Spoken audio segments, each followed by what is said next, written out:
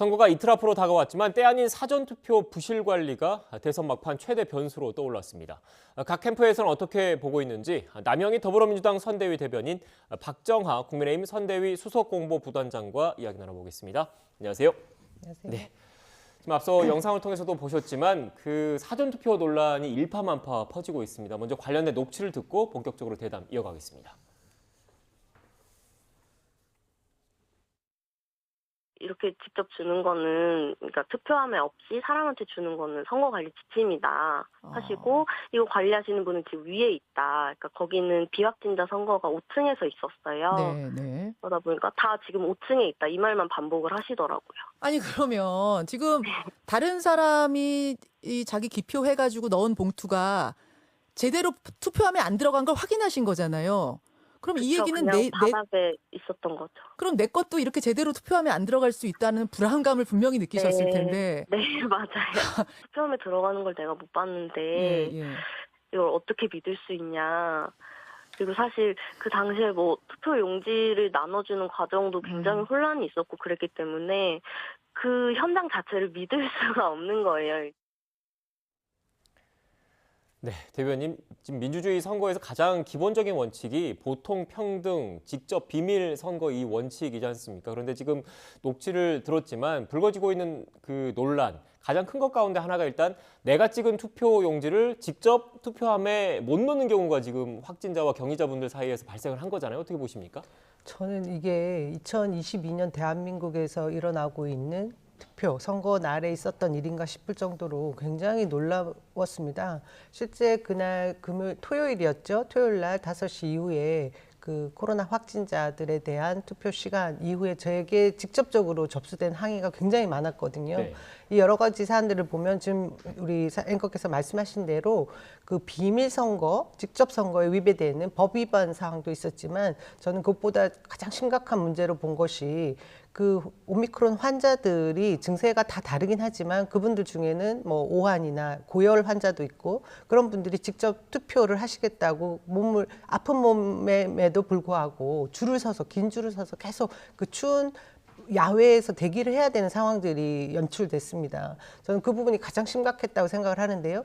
그 과정에서 지금 그 자신의 투표한 것을 직접 넣는 것도 확인하지 못했을 뿐더러 그 이전에 그 장시간 소요될 수 있는 상황이 어떤 부분이 있었느냐면 신분 확인하는 과정에서도 제가 민원 접수받은 곳은 그 야외에 그 대기하고 있는 줄에 직접적으로 자신의 신분을 확인할 수 있는 구조가 아니었다고 합니다. 네. 그저 그 선관위 협력 업무를 해주는 요원이 내부에 있는 그 일반 투표자죠. 그분들이 신분 확인하는 그 기계에 자신의 신분증을 가지고 가서 확인하고 오는 과정을 거쳐야 되기 때문에 2배의 시간을 또 대기해야 되는 그런 불편함도 감수했다고 하는 얘기까지 들었습니다. 저는 이런 내용을 들었을 때 총체적으로 선관위에서 완전히 잘못된 예측, 불가능했던 그 본인들의 그 업무에 있어서 무능을 보여준 것이기 때문에 질책을 받아야 되고요. 뭐 사과를 했다고는 하지만 이 문제를 저는 그냥 넘어갈 수 없는 것이라고 보는데 중요한 것은 3월 9일 본투표가 남아있지 않습니까? 그때는 제가 볼 때 아직 더 남은 그 오미크론 감염 환자분들이 또 투표하고자 그 시간들을 기다리고 있을 텐데 그분들에게는 지금과 같은 이런 혼란상이 재현되지 않도록 만반의 대비 태세를 갖는 것이 가장 중요한 것이라고 생각합니다. 네, 부단장님, 지금 선관위에서 내놓은 해명은 그 공직선거법상 동일 선거구에서는 2개의 투표함을 둘 수 없다라고 돼 있어서 확진자나 경위자분들을 위해서 별도의 투표함을 만들 수가 없어서 이런 논란이 불거졌다 이렇게 해명을 하고는 있거든요. 어떻게 보십니까? 말이 돼요? 그렇다면은 애초에 얘기됐던 것처럼 뭐 투표 시간을 늘릴 수도 있는 거고, 네. 그다음에 같은 공간에서 투표를 하면 되는 거고, 정이 문제가 된다면은 정당 참관인이 보는 아예 투표함이 확진자들이 있는 쪽으로 옮겨져서 그 안에 투표를 할 수 있게 하면 되지요. 그게 뭐가 문제가 되는지 잘 모르겠어요. 법적으로 투표함이 동일 선거구에 하나밖에 없어야 된다라는 법 규정에 얽매여서 저는 뭐 지금 있었던 이 상황을 모면하려고 하는 핑계라고밖에 좀 보여지지 않습니다. 변협에서도 아침에 성명을 냈죠. 어제 이거는 법령 위반이다. 네. 그러니까 결국엔 불법이란 얘기예요. 그리고 어떤 기자가 확진된 기자가 본인이 확진자로서 투표를 하면서 있었던 일을 적었던 기사도 있더라고요. 제목이 민주국가의 투표가 아니다 라는 제목이었어요. 과연 이게 우리나라에 있을 수 있는 일인가 싶은 생각이 듭니다. 그러니까 선관위가 확진자 숫자를 예측하고 된 상황에서 제대로 된 사전투표를 관리할 능력이 있었는지, 아니면 지금 언제 문제가 됐었던 건에 대해서 과연 판단 능력이 있는지, 지금 뭐 현장에서 있었던 일에 대해서 나 몰라라 하고 심지어는 유권자들을 대상으로 뭐 난동이라고 표현하고 뭐 이런 것들이 과연 판단 능력이 있는지, 그리고 마지막으로 지금 저희가 얘기하는 것처럼 법적으로도 이거를 판단하고 수행할 의지가 있는 건지 저는 뭐 잘 모르는 상황들이 너무 있어서요. 이것만 갖고 좀 탓할 수는 없으니까 아침에 뭐 회의를 한다고 합니다만 제대로 된 회의 결과가 좀 나와가지고 본투표마저 이런 혼란이 없도록 좀 빨리 대책이 있었으면 하는 생각이고, 이번 선거가 끝나고 나면 저는 선관위가 뭐 당초 얘기했던 것처럼 송구하다 유감이다가 아니라 굉장히 많은, 저는 뭐 실질적인 책임을 져야 되는 상황으로 몰려가고 있다라고 판단을 합니다. 네, 지금 부단장님께서 그 선관위 핑계다 이렇게까지 강하게 질책을 해주셨는데 아마 그 이유지 않을까 싶은데 제가 준비된 그래픽이 있습니다. 공직선거법 관련된 그래픽인데요. 일단 그 앞서 선관위의 해명은 동일 선거구에 2개의 투표함을 둘 수 없어서 일단 확진자와 경위자의 투표함을 별도로 못 만들었다, 이런 취지로 해명을 했는데, 또 동일한 같은 공직선거법을 보면 이런 내용이 있습니다. 그 선거에는 투표용지를 기표한 후에 그 투표 참관인의 앞에서 투표함에 넣어야 한다. 사전 투표도 선거에는 투표용지에 기표한 다음에 사전 투표함에 넣어야 한다. 그러니까 이른바 직접선거 원칙을 규정을 하고 있어서 지금 선관위가 그 자신들에게 유리한 법 조항만 어떻게 보면 인용을 해서 해명을 하고 있는 것 아니야, 이런 비판인 것 같습니다. 어떻게 보세요? 말이 안 되잖아요. 저는 어떤 지역이었던 것 같은데요. 거기는 선관위에서 투표한 것을 뭐 종량제 봉투에도 넣었다고 그러고 네. 저런 파란 바구니가 등장하고 택배 박스가 등장하는 것이 도저히 이해가 되지 않습니다. 사실 아까 말씀하신 것에서 한 선거 투표소에 한 개의 선거 뭐 투표함만 있어야 된다라는 법이 있는 데가 반해서, 그것은 제가 보기에 선관위에서 변명거리를 찾고 있는 것 같거든요. 네. 근데 실제로 투표자가 직접 투표함에 투표를 해야 된다는 법령도 있지 않습니까? 이것은 법 위반인데 결국은 제가 볼 때 지난 2월에 이미 행안위에서 그 선거관리위원회에서 이번에 이례적인 이런 코로나 확진 관계에 있는 오미크론이 뭐 확진자가 너무 많아지는 숫자에 대해서도 예측을 해야 되고 그에 대해서 만반의 준비를 다 해야 된다라는 얘기를 선관위에 질의를 했고, 질의 이후에 선관위에서는 뭐 준비를 제대로 하고 있다라는 답변으로 넘어갔다고 들었습니다. 그러니 이 과정에서 저는 중앙선거관리위원회에서 그동안에 타성에 젖어서 그냥 관료화돼 있는 그들의 입장에서 일반 국민들이 이 투표 현장에서 어떻게 배려를 받아야 되고 그들의 권리를 다해야 되는지에 대한 그런 생각들이 부족했다라고 하는 부분에서는 변명의 여지가 없다고 생각합니다. 그리고 차제에 중앙선거관리위원회에서 그동안 문제가 됐던 부분들이 굉장히 많이 있습니다. 일단 헌법기관으로 독립기관이기 때문에 생기는 그들의 고압적인 자세라든지 정말 선거 관리를 해주고 있는 것인가, 선거법을 고무줄처럼 이렇게 제가 보기에는 어느 진영 상관이 없는 것 같은데요. 이것을 관리를 위한 것인지 선거를 방해하기 위한 것인지에 대한 의문이 되는 부분이 굉장히 많았거든요. 이런 것까지 해서 총체적으로 이것은 제가 볼 때 본 선거 이후에 다시 한번 문제를 삼아야 될 부분이라고 생각합니다. 두 가지를 좀 나눠볼 필요가 있는데요. 하나는 예측이 잘못된 부분에 대해서는 우리가 지금 계속 얘기하고 있는 거예요. 이미 1월 중순부터 굉장히 많은 수의 확진자가 나올 거라고 생각을 했고, 이에 따라서 그럼 사전투표를 제대로 준비를 했었어야 되는 건데, 국회에서도 여러 번 문의를 했습니다만 다 준비됐다고 해서 넘어갔던 거는 저는 뭐 능력, 그다음에 준비의 의지 전혀 없는 문제라고, 그게 없어서 생긴 문제라고 봅니다.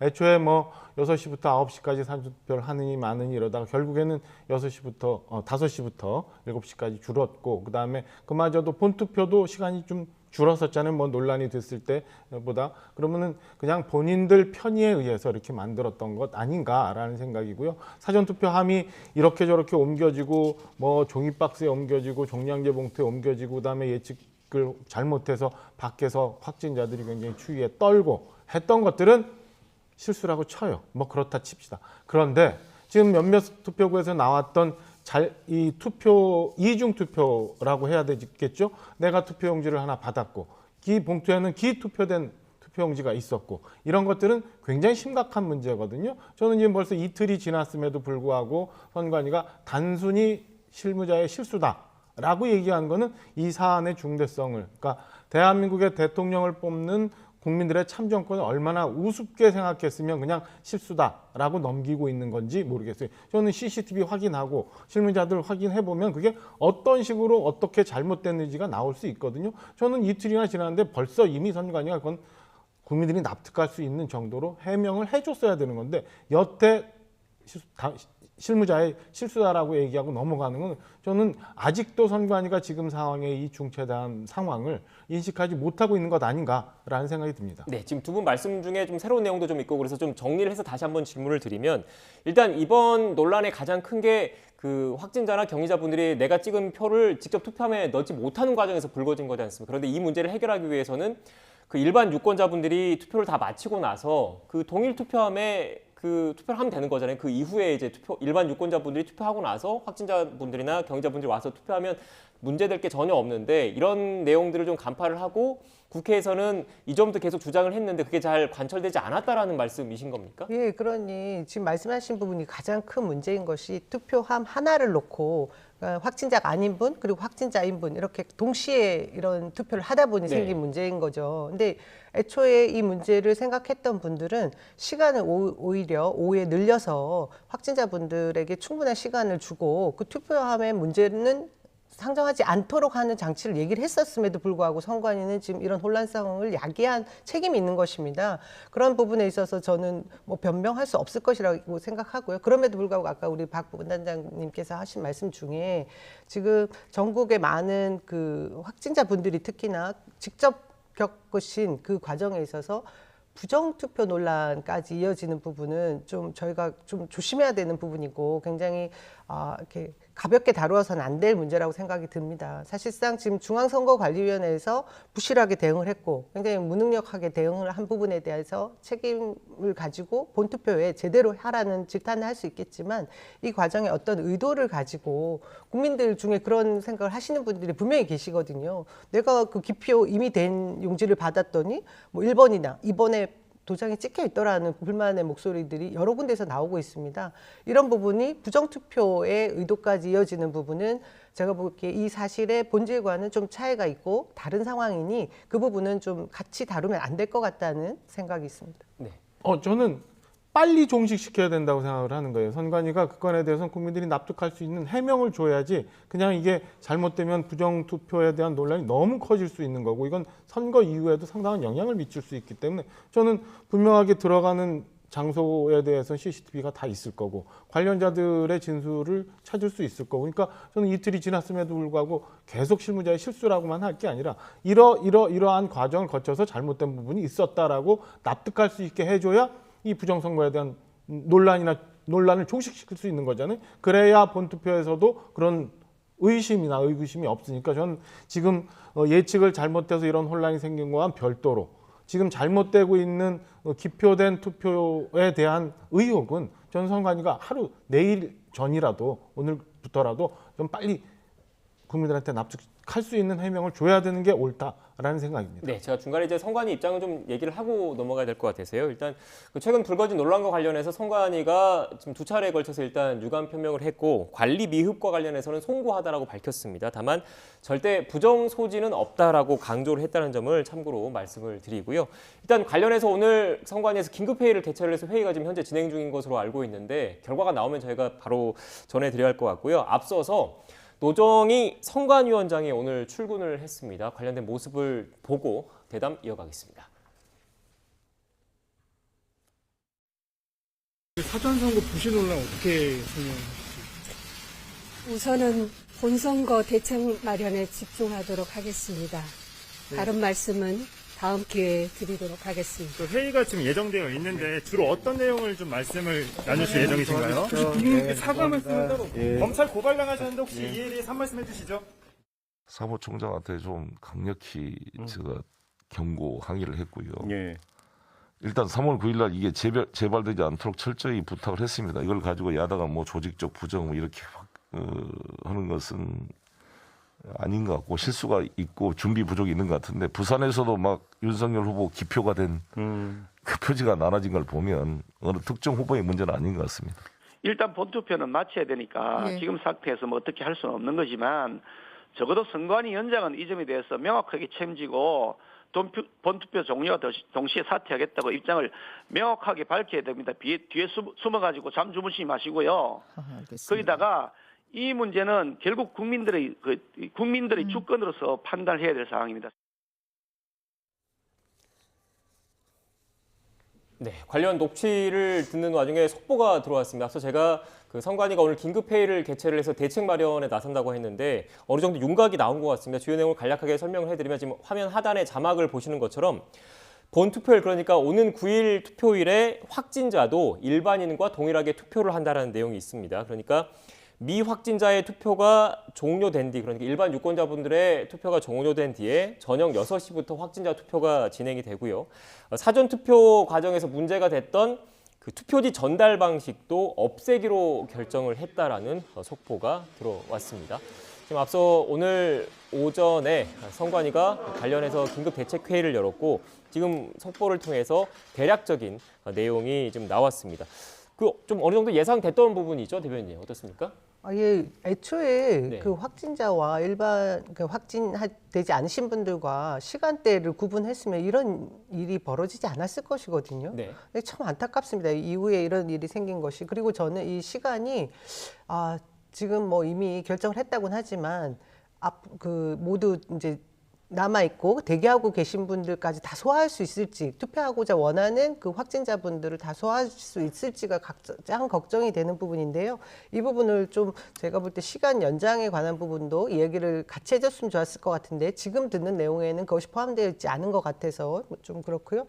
또 그 노정희 선거관리위원장님이 아까 기자들과 만난 자리에서 일단 9일 날 본투표부터 신경을 쓰겠다는 말씀을 하시는 것은 제가 볼 때도 가장 적합한 말씀이시긴 하지만 그거에 앞서서 사과부터 먼저 한마디 해주셨으면 좋았을 것인데 좀 부족했네요. 네, 일단 좀 내용을 제가 다시 한번 좀 조금 전으로 속보나 정리를 해드리면, 그러니까 쉽게 정리를 하면 선거일 당일, 그러니까 오는 9일 날 그 확진자 등은 저녁 6시죠. 저녁 6시 이후에 일반 유권자분들의 투표가 종료된 뒤에 일반 유권자분들과 같은 방법, 같은 투표소에서 같은 투표함에 투표를 한다. 이렇게 좀 이해를 하면 될 것 같아요. 그런데 대변인께서 말씀하신 거는 이런 방식을 사전투표 과정에서도 똑같이 적용을 했으면 이런 논란이 안 불거졌을 텐데 왜 이제서야 이런 대책을 내놓느냐, 이런 지적이신 것 같은데 어떻게 생각하십니까? 뭐 충분히 하실 수 있는 지적을 해주신 것 네. 같은데 거기서 저희가 지금 큰 줄기만 그 속보로 네. 확인을 하고 있어서 그런데 좀 세부적인 것까지도 면밀히 좀 봤으면 좋겠어요. 네. 우리 지금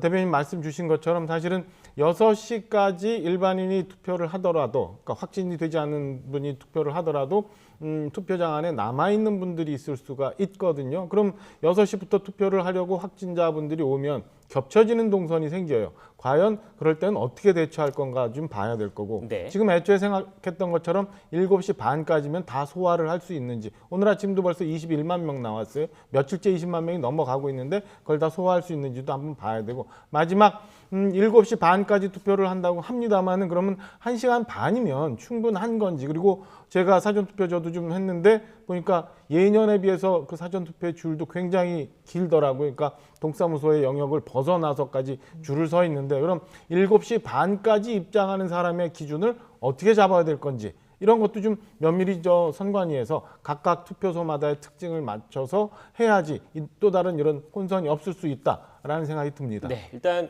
지금 저희가 속보 막 나온 것만 좀 전해드려서 아마 관련된 세부 내용을 좀 더 파악했으면 좋겠다는 말씀을 해주셨는데, 저희가 보도자료가 저희 지금 대담 시간에 나오면 제가 추가로 좀 설명을 해드려야 될 것 같고요. 일단 이런 사전투표 논란과 관련해서 여야 공이 일단 선관위를 질책을 하고 있고 관리 부실에 문제가 있다, 좀 개선이 필요가 한다는데 좀 공통된 인식을 갖고 계시는 것 같으니까 이 부분은 이제 일단 이 정도로 마무리를 하고요. 투표율 관련된 이야기를 좀 해봐야 될 것 같아요. 이 대선 사전 투표율이 36.9%를 기록을 했습니다. 그러니까 유권자분들 3분 가운데 1분 이상이 이미 투표를 마쳤다라는 얘기거든요. 이런 높은 투표율이 어떻게 보십니까? 저는 여기 가장 큰 변수가 됐던 것은 사실상 오미크론의 확산이라고 생각합니다. 이 3일 후에 있을 본투표까지 본인이 그 확진자가 되지 않을 수 없는 상황이 지금 가정될 수밖에 없는 현실 아니겠습니까? 그런 점에서 우선 사전 투표로 나의 그 투표할 그 참정권을 권리를 다해야겠다라는 그런 민심이 작용한 것 같고요. 또 하나는 저는 묻지마 정권 교체에 이르는 그 알맹이 없는 명분 없는 그 안철수 후보와 윤석열 후보의 그 사전투표 직전에 있었던 단일화, 이것이 일정 부분 역풍으로 작용한 부분이 있다라는 생각이 듭니다. 그것을 확인할 수 있는 것이 호남에서의 뭐 높은 지지율도 높은 투표율도 있고요. 또 뭐 전반적으로 제가 그 뭐 현장에서 느꼈던 그런 표심도 있고, 많은 분들이 저는 투표하기 전에 이 투표를 꼭 왜 해야 되는지에 대한 자신만의 이유가 생길 것이라고 보는데요. 그 이전까지는 사실 뭐 많은 언론에서 역대급 비호감 선거다 하고 표심이 어디든 이동하기 힘든 상황들을 계속해서 만들어줬다고 생각하거든요. 그럼에도 불구하고 이 많은 사람들은 정치권은 최소한 국민들을 기만하거나 국민들을 배신하거나 우롱하는 것에 대해서는 감정상 분노할 수 있는 그 분노의 표심을 또 불러일으키는 부분이 있었다고 생각합니다. 그런 부분이 일정 부분 양 진영을 결집했기 때문에 생긴 그 높은 투표를 보여준 것이라고 생각하는데요. 그렇다고 해서 저는 본투표까지 이 투표율이 아주 높을 것이라는 것까지는 상상이 되지 않습니다. 그냥 이전의 투표율과 크게 달라질 것 같지는 않지만 사전투표가 편리하고, 그리고 또 오미크론 등의 여러 가지 문제 등을 고심한 개인적인 성향, 그것까지 포함되어 있다고 생각합니다. 네, 어떻게 보십니까? 일단은 뭐 오랫동안 말씀드렸는데 윤석열 후보와 안철수 후보의 단일화가 있던 2시간 전 마지막 토론회에서도 이재명 후보께서는 통합의 정치 얘기하시면서 안철수 후보, 심상정 후보와의 뭐 결국엔 그것도 단일화죠. 그 얘기를 하셨어요. 그래서 2시간 전에 했던 거는 통합이고 2시간 후에 있었던 거는 지금 말씀하신 것처럼 굉장히 부정적이고 국민들의 분노를 일으키는 야합이다라고 얘기하는, 지금까지 있었던 그 민주당식의 위선과 내로남불이 이런 투표 열기로 저는 나타났다고 생각을 해요. 뭐 이 정도까지 말씀을 드리겠습니다. 그러니까 높은 투표 열기 하나. 네. 두 번째는 지금 전 양강 후보로 정리가 되는 거잖아요. 그러다 보니까 지지층이 막 결집을 하고 있는 현상은 분명한 것 같습니다. 그래서 그거 보고 마지막 전 호남에서의 투표를 말씀하시는데, 지난번 대선 투표율의 사전 투표를 보니까 지역적인 특징이 좀 있어요. 그러니까 광주 전남북 정도는 투표율이 굉장히 지난번 대선에서도 굉장히 높아요. 그리고 이쪽 영남 쪽에서는 투표율이 낮고, 지금 저희가 뭐 경기도에서의 투표율 얘기들 많이 하는데 경기도도 지난번 대선에서도 역시 투표율이 제일 하위에서 두 번째예요. 이번엔 제일 하위였습니다만, 그런 걸 보면은 저는 이게 특별히 정치적 의향이 반영됐다기보다는 지역적인 특성이 좀 있었던 것 아닌가라는 생각이고, 마지막으로 지난번 대선이 이제 77% 수준의 이제 투표율이었는데 저는 거기보다는 조금 상회하는 상황이 오지 않을까. 그리고 이 나머지 지역별로, 그다음에 본 투표에서도 저희가 뭐 투표 지금 사전투표 논란 얘기도 많이 했습니다만, 그리고 저희 당에서도 사전투표 열심히 하라고 독려하면서 지지층 결집을 유도했습니다만은 본투표에 여전히 투표하려는 분들도 있기 때문에 저는 지난번 대선보다는 투표율이 조금 높은 상황으로 해서 본투표도 투표 열기가 굉장히 높을 거로 예상을 좀 하고 있습니다. 네, 지금 부단장님께서 지역별 투표율 말씀을 해주셨기 때문에 그래픽 저희가 준비된 게 있어요. 지역별로 투표율로 준비된 대로 한번 좀 띄워주십시오. 네, 부단장님 지금 말씀하신 것처럼 지금 전남, 전북, 광주 이렇게 호남 지역의 사전 투표율이 높습니다. 그렇죠. 이 호남 지역 같은 경우는 전통적으로 투표율이 좀 높았던 지역이긴 한데 이번 그 결과에 대해서는 어떻게 보십니까? 저는 아까도 말씀드렸듯이 뭐 우리 부단장님도 같은 지적을 하셨는데요. 뭐 전 진영 간의 결집도 분명히 있었다고 네. 말씀드릴 수 있고, 호남은 역대 투표율이 항상 높았던 지역입니다. 근데 그에 반해서 경기 지역이 사전 투표율이 좀 낮았다 이런 얘기들을 많이 하시더라고요. 근데 저는 이 얘기를 이후에 진단한 많은 분석하시는 분들의 의견을 들어보니 경기가 면적이 굉장히 넓지 않습니까? 그에 대해 비해서 인구 숫자로 치면 이 33%가 결코 적은 숫자는 아니다, 투표하신 분들이. 그리고 사전투표소가 굉장히 멀찍이 있는 그런 환경적인, 뭐 물리적인 제약도 분명히 따른다, 그런 부분에 차이가 있다고 들었거든요. 결국 이것은 전체적인 투표율과 뭐 연동해서 돌아갈 것이라고 생각이 들고요. 결국 사전투표율이 높았던 곳이 또 본투표에서도 남아있는 투표할 예정하시고 마음 결심하고 있는 민심들 다 포함해서 투표율이 높은 곳으로 또 나올 것으로 반영이 될 거라고 봅니다. 네, 일단 뭐 지역별 투표율을 봤는데 뭐 대체적인 그런 시각은 사전 투표가 이렇게 역대 최고치를 기록한 게 특정 정당, 특정 후보 누구한테 유리할 것이다, 이렇게 단정 짓기는 쉽지 않을 것이다. 결국은 개표하고 나서 지금 개표 결과를 열어봐야 된다 이런 의견이 많으니까요. 좀 더 지켜봐야 될 것 같고요. 일단 뭐 지금 여야 양강 후보들 지금 시간이 얼마 남지 않은 상황에서 수도권 표심 잡기에 특히 집중을 하고 있는 것 같습니다. 물론 이 서울, 경기, 인천 이 수도권 지역이 유권자분들이 많이 모여 있는 곳이기도 하고 또 이른바 중도층, 부동층도 많은 지역이어서 총력을 기울이고 있지 않나라는 그런 생각도 좀 드는데 관련해서 녹취를 듣고 또 대담 이어가겠습니다. 이재명이 이끄는 실용 통합 정부는 여러분이 겪고 계신 부동산과 관련한 많은 문제들 반드시 해결할 것입니다. 이재명 실용 통합 정부의 명운을 걸고 반드시 그렇게 하겠다 이렇게 약속드립니다. 여러분, 국민들이 자기 집을 다 갖게 되면 자가 보유자들은 보수 성향으로 바뀌기 때문에 자기들 안 찍는다는 겁니다. 서울시에 신규 주택을 짓기 위한 재건축, 재개발 다 틀어막았습니다.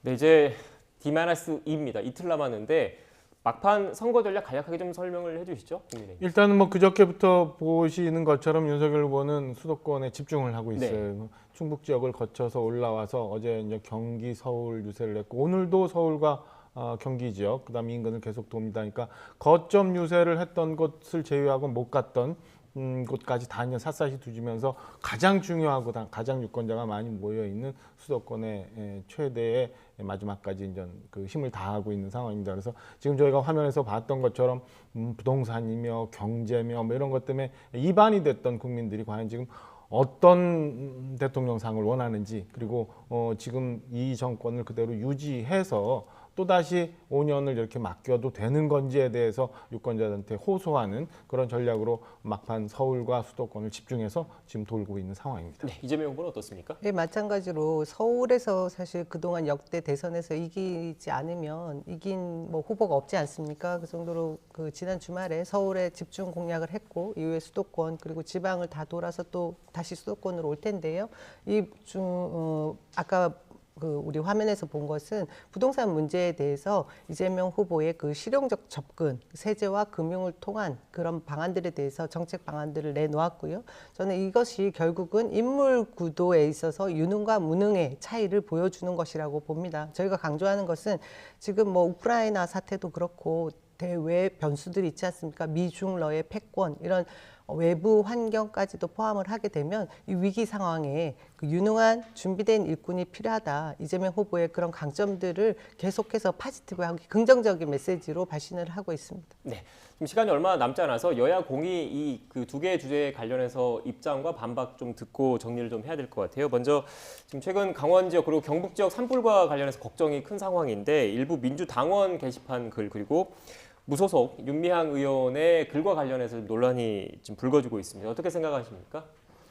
글쎄요, 뭐 본인은 해명을 했어요. 이게 뭐 산불이 나기 전에 올렸던 글이다라고 윤미향 의원은 해명을 했습니다만 납득하기가 쉽지 않은 부분들이 좀 있어요. 그리고 특히나 그걸 가지고 댓글에 올라왔던 뭐 여권 지지층들의 반응 그리고 커뮤니티에서의 움직임들을 보면은 저는 이 또 다른 지역주의의 이 망국적인 상황이 또 한 번 이용을 하는구나. 두 번째는 산불, 지금 이재명들도 굉장히 많이 나오고 있는 이런 상황에서 산불이라는 걸 가지고 또 이걸 선거에 활용을 하는구나라는 생각에 뭐 논평할 수도 없는 씁쓸함을 느끼는 상황입니다. 네, 실제로 윤미향 의원실에서 해명을 내놓은 것을 보면 저 산불이 일어나기 전에 그 올린 SNS 글입니다. 이렇게 전혀 해당이 되지 않는 글을 끌어와서 언론사에서 또 기사화하고 또 국민의힘에서는 그것에 대한 논평들을 낸 거를 보면 저는 지금 사실 기울어진 이 언론 환경도 굉장히 문제라고 생각을 하고요. 어제 이제 뭐 뉴스타파라고 하는 곳에서 김만배 씨의 그 증언이 담겨 있는 음성 녹취 파일을 공개를 했는데요. 그런 내용들을 들어보면 그동안 이재명 후보가 계속해서 주장해왔던 대장동의 실체라든가 이런 것이 많은 곳에서 드러나는 부분이 있습니다. 그럼에도 불구하고 이 기울어진 언론 환경들이 저는 지금 저 산불 과정도 그렇다고 생각을 하는데요. 이런 것을 다 정쟁의 요소로 쓰고 있는 것이 굉장히 불합리하고요. 우리 국민들이 현명하게 대처해 주실 거라고 생각합니다. 네. 뉴스타파 말씀하셨으니까 잠깐 네, 네. 말씀드리면은 그 뉴스타파 관련해서 뭐 김만배 녹취록이 나왔다 이런 거잖아요. 그러니까 근데 그 녹취록이 작년 9월 16일 경인가 뭐 녹음이 됐던 거고 대장동 사건은 작년 8월부터 불거져서 소위 불이 붙기 시작한 상황이에요. 그래서 9월 16일 경 있었던 녹취록이 얼마나 신빙성이 있는지 그리고 녹취했던 당사자도 이게 얼마나 객관적인 상황에서 녹취를 했는지에 대한 의심이 오히려 더 많이 있는 상황이고 두 번째는 보니까 그 관련해서 새로운 논란이 생기고 있는데 뭐 커뮤니티나 아니면 그 기사와 관련된 댓글에 대한 조작 의혹도 지금 굉장히 많이 불거지고 있는 상황인 것 같아요. 그래서 저는 뭐 폐쇄기 짙은 선거마다 이 몰리는 축에서 매번 했던 그런 양상 중에 하나 아닌가 이렇게 판단을 하고 있습니다. 선거 공작처럼 말씀을 하시니까 반박을 하지 않을 수 없는데 이것은 민주당에서 뭐 문제를 제기한 것이 아니고요. 언론사에서 가지고 있던 녹취를 지금 뭐 이 시점에 푸른 거에 대한 것인데 저도 왜 이 시기인가는 사실 궁금합니다. 근데 들여다보면 김만배 씨가 그 당시에 그 언론사 그 관계되시는 분과 대화를 나누던 인터뷰 내용인 것 같은데요. 그 내용들은 사실 구속되기 이전의 그 과정들을 이 전체의 대장동 틀을 설명하는 내용이었습니다. 여기서 쟁점은 제가 볼 때 이재명 후보가 그동안 일관되게 얘기하고 주장해왔던 대장동 관련해서 본인은 민간의 이익을 환수한 과정. 그래서 김만배 씨가 굉장히 중요한 얘기를 합니다. 야, 이재명은 정말 꼼꼼하게 환수를 하려고 했던 사람이어서 난놈이야라는 표현을 씁니다. 그리고 또 하나는 그 내부에서 그 내용의 그 시드머니가 되었던 그 대장동의 최초의 자금이었던 부분에 있어서 윤석열 후보가 박영수 특검과 함께 이 부산저축은행 부실 대출에 대한 수사를 덮었다라는 게 쟁점이 될 것 같고요. 그 부분에 대해서는 저는 부산에 있던 그 많은 소시민들이 그 저축은행 부실 대출 수사 당시에 억울하게 목숨까지 내놓은 분들이 있습니다. 그분들에 대해서 사과하시는 게 사실 중요한 문제라고 생각합니다. 네. 저는 뭐 간단하게 말씀드리고 이 녹취록의 신빙성에 대해서만 말씀드리려고 하는데 길게 말씀 주시니까 길게 말씀해 주시죠. 그렇다면 윤석열 후보가 당시 전 그 잘 나가는 검사도 아니었는데 대구에 있으면서 대장동이라는 사업이 잘 될 거라고 이미 예상을 하고 이재명 시장이란 분이 거기서 대장동 설계를 하실 거라고 예상을 하고 김만배, 남욱 등이 그 사업에 중추적인 역할을 할 거라고 예상을 하고 그다음에 최종적으로 이재명, 윤석열 후보 간에 이 대선이 있을 거라고 예상하고 10년 전부터 부산저축은행의 수사를 봐줬다라는 얘기가 되는 거예요. 그래서 이게 얼마나 허망하고 허구적인가라는 생각을 결국에는 국민들이 하실 거라고 보고요. 윤석열 후보에게 그 얘기를 하고 싶었어요. 이 시점에서 대장동 의문점을 건드리신 분이 누구죠? 뉴스타파라는 매체가 이틀 3일을 놔두고 이런 보도를 한 것도 역시 대선 이후에 국민들의 판단 결과가 나올 거라고 저는 봅니다. 네. 이재명 후보가 그동안 참 했겠다라는 생각들을 많이 하실 것 같습니다. 저는 국민들이 그래서 그 내용에 대해서 좀 더 많이 봐주셨으면 좋겠고요. 그리고 사실 대선이라는 것이 중요한 것 같다라는 생각이 저는 무엇 때문에 드느냐. 사실 억울한 사람이 없는 세상을 만들고 싶은 게 저의 처음에 정치 입문 과정이었는데 그 정치가 지금 그것을 다 해소하지 못했던 세상이 여전하구나. 저는 그 생각 때문에 이번 대선이 정말 중요하다. 그리고 많은 국민들이 그 내용의 본질을 좀 접근해 주셨으면 하는 바람입니다. 네, 저희가 공정하게 그 답변 기회를 드리고 있는데 추가로 또 하실 말씀 있으시면 이 건에 그러니까 그 커뮤니티에서 그 다음에 기사 댓글에 대해서 추천을 조작한 듯한 의혹이 있는 건에 대해서 이제 사이버경찰청에 수사 의뢰를 했으니까 이게 당장 내일까지 나올 수 있는지는 잘 모르겠습니다만 대선 이후라도 결과가 나와서 다시는 이런 식의 선거 문화가 이 땅에서는 없어져야 되고 이런 시도를 하는 데는 국민들도 판단을 받는 그런 선거가 됐으면 하는 바람입니다. 네, 시간이 다 돼가지고 마무리해야 될 것 같습니다. 다 하셨죠? 네, 네, 알겠습니다. 네, 지금까지 남영희 더불어민주당 선대위 대변인 그리고 박정아 국민의힘 선대위 수석공보부단장과 이야기 나눴습니다. 오늘 말씀 고맙습니다.